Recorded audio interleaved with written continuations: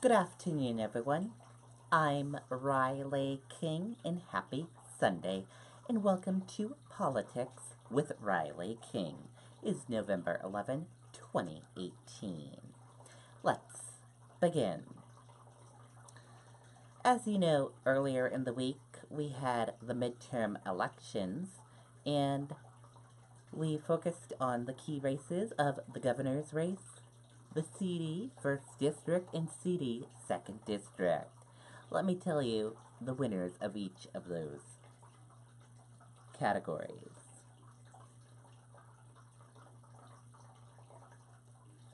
So in the governor's race, Governor Chris Sununu won and will be doing a second term at the State House. U.S. House 1st District, Chris Pappas, Democrat, won, and he'll be heading to Washington.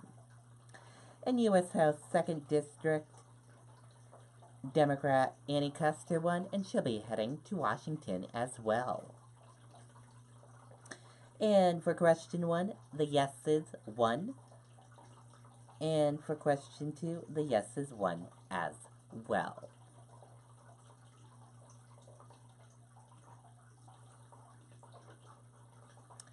New, diverse faces about to take office at State House. Let's take a listen to the video from WMUR News 9, Charisse LeClaire.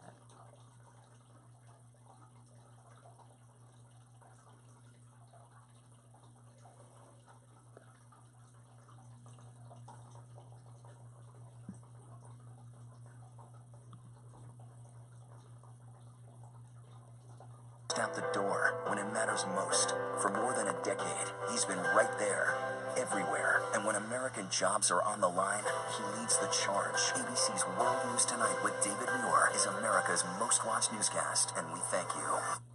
No matter what side of the aisle you align with, history was made across the country Tuesday night. But here in the Granite State, these three women are also getting attention. Safia Wazir fled her native Afghanistan when she was just a child, arriving here as a refugee who had escaped from the Taliban. Concord is her home, and she says with her State House victory, her work can now begin. I love kids so much that they have a special place in my heart. So I wanted to make sure that we invest into their future. So that was one of the reasons that I wanted to get involved in politics, so that I could better the future of our children. College freshman Cassandra Levesque of Barrington, at just 19, has won her first election, headed to the State House. If she's familiar to you, that's because she fought to raise the state minimum age to marry before running for office. It isn't my seat. It is a seat for the people of my town, the people of New Hampshire that I'm representing. And also making history, Melanie Levesque of Brookline, the first African-American elected to the state Senate. She sat down with WMUR political director Adam Sexton for Close Up, which will air this Sunday. We really need to not look at being a minority as an obstacle. It really is a plus. It's an opportunity to share your difference with other people. And they will take office next month along with the other newly elected members. Live in Concord, I'm Charisse LeClaire, WMUR News 9. Okay, and there you go on that video and that report. And all of us here at the Riley King Network congratulate those three ladies on winning, and will be going to the State House. Congratulations, and we hope you have a good term in the State House. New Democrat Senate leadership expected to clash with Sununu on some issues.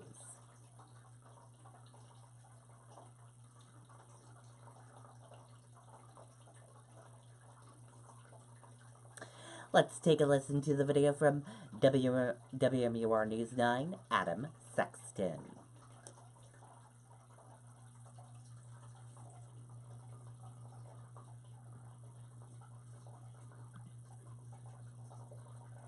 Dr. Robert Marshall and the team at Aesthetic Dental Center can create a beautiful new smile for you in just one day. I had a complete set of implants done. When I came here, they're warm and inviting. I just felt like this was the place to go, and I would do it again with Dr. Marshall in a heartbeat.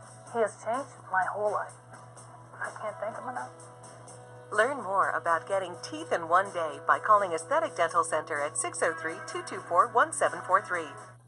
Friday morning, Senate Democrats voted to make Senator Donna Susie of Manchester the next New Hampshire Senate president. I look forward to leading the whole Senate in a bipartisan fashion and ensuring that we all work together to meet the needs of the people of the state of New Hampshire. Senator Dan Feltus, a staunch progressive representing Concord and Hopkinton, will be majority leader. We're going to deliver on the Granite State Opportunity Plan, protect people with pre-existing conditions, advance paid family and medical leave insurance to benefit small businesses and working families. This new leadership team will be responsible for advancing the Democratic agenda and working with Republican Governor Chris Sununu.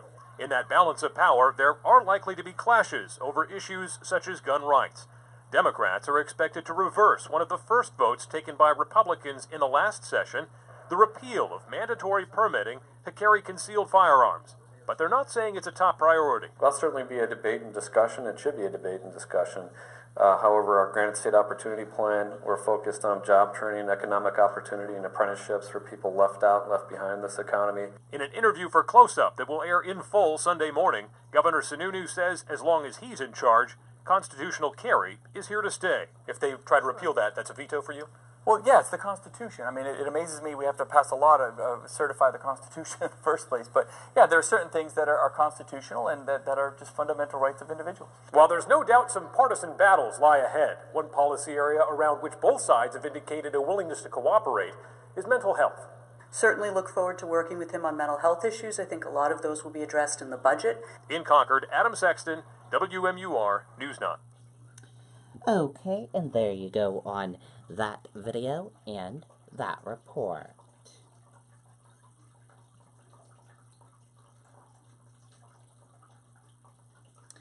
Hassan files bill aimed at addressing surprise emergency room bills.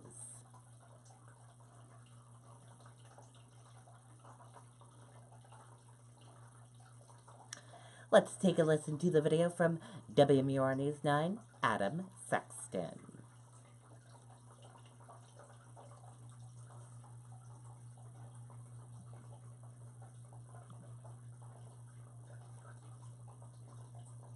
It's the perfect time to join Planet Fitness and find your happy pace. Join today for just 25 cents down, $10 a month, no commitment. Planet Fitness, the judgment-free zone. Join Planet Fitness for 25 cents down and $10 a month, no commitment. Offer ends November 14th. If you're headed into the ER, you're rarely in a position to make choices about using in- or out-of-network doctors. But when the bills come due, the dollar amounts can be staggering. After paying $700 in deductibles, I got the surprise bill of over $1,600 for a 5-minute face-to-face time with the physician. Donna Beckman and others shared nightmare stories about surprise medical bills with Senator Maggie Hassan Thursday in Manchester. Hassan recently filed legislation aiming to end the practice that has caused financial and emotional hardship for patients like Eliza King. She says she spent countless hours trying to resolve a bill sent to her 11 months after receiving care. Back and forth, and every time somebody would say, okay, it's all set. And then I would get another bill in the mail, and you're trying to piece together what happened months and months ago. Hassan's plan would require providers and insurance companies to negotiate amongst themselves when there's a disagreement over the bill. We need to take the consumers out of it. This is something that people don't have any control over. It's not consumers being a victim for their own ignorance or anything like that. I hate to use the term unfairness, but yeah, it's unfair and it's completely unjust.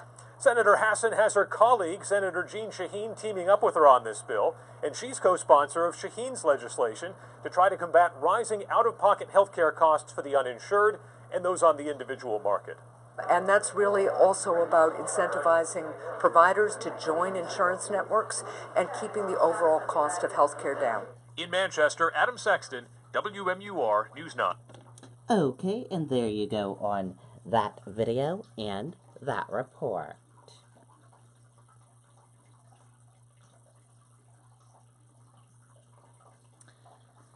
Now, let's take a look at the United States and see what colors are blue and what colors are red. House projects Dem gain control. Let's take a look at the whole United States map.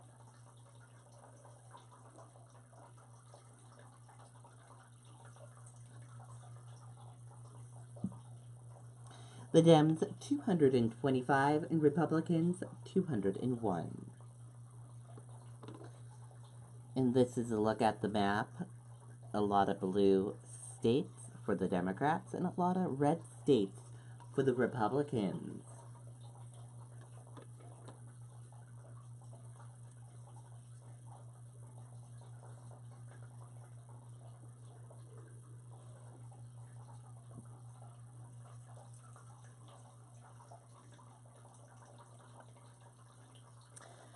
Scott and Destinies have won.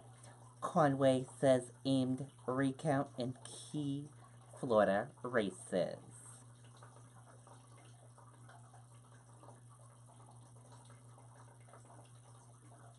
Let's take a listen to this video from ABC News.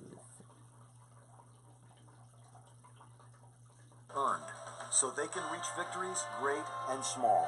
Support more victories for veterans. Go to DAV.org. We're joined now by the President's counselor, Kellyanne Conway. Welcome back to This Week, Kellyanne.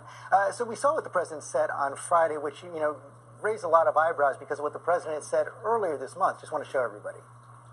I can tell you Matt Whitaker's a great guy. I mean, I know Matt Whitaker. So why did the President change his story? The President is saying he didn't know him before, meaning he's not slotting in just an old friend of his. He's actually elevating... He said, I don't know twice, just in the clip he just showed. But what he means is, and I talked to him just this morning, he called me from Paris about this to say he's got 100% confidence behind Matt Whitaker. The Deputy Attorney General has called Matt Whitaker a superb choice, says, quote, he knows the department, he knows the work. That's important because Mr. Rosenstein has been overseeing the Mueller investigation, and he's still in place as the number 2 at Justice. What the President means is he's not slotting in somebody that's an old friend or somebody he thinks that he's discussed the Mueller investigation with at length. There's actually no evidence to me that Mr. Whitaker knows anything about the ongoing Mueller investigation. He's been the Chief of Staff to the recused Attorney General for 13 months, but the President wanted to have a continuum. He wanted to elevate somebody who was already there, in this case the Chief of Staff who's been there for 13 months, and keep the DAG in place also. Right, but there have been reports even predating the choice of Matt Whitaker that he met with the President several times in the Oval Office, maybe a dozen times. New York Times said that they had great chemistry. That's one of the things the President liked about him. He clearly knew Matt Whitaker, was familiar with his reputation, was familiar with his work. So we just don't understand why he would tell the whole country, I don't know the man. Well, he's saying, he's saying, I don't know him. He's saying, I don't know him well, or I didn't know him before. He said in your last part of the clip, I didn't know him before, except that he was the Chief of Staff and that he's highly respected. That's all he means. And I think it's important to show that the President is trying to have a continuum because we've already been very compliant with the Mueller investigation. 1.4 million pieces of paper produced, 33 and counting individuals who either have been interviewed or asked to produce information. Everybody's been very compliant. And I would point out, though, according to your own ABC News poll released this week, you had 2 data points in there that are instructive. One is 42% approve of the way Mr. Mueller is handling the investigation. 46% now disapprove. That's different. And in a separate question, according to the poll we released, 41% believe it's a justified investigation, and 54% call it politically motivated. We've been compliant. It's going to go on. Nobody's interrupting it and interfering with it. But I think many Americans have a legitimate question, when will this end? So has the President asked Matt Whitaker not to? Okay, and there you go on some of that video. If you want to watch the full video, we will share a link with you on the Riley King Network Facebook page. And that does it for this edition of Politics with Riley King. I hope you all enjoyed this edition of Politics with Riley King. I hope you have a wonderful Sunday, everyone, and happy Veterans Day to all the veterans out there who are serving and served in the war. And I'll see you back here next Sunday for another edition of Politics with Riley King. Have a great Sunday and have a great week, everyone. Goodbye.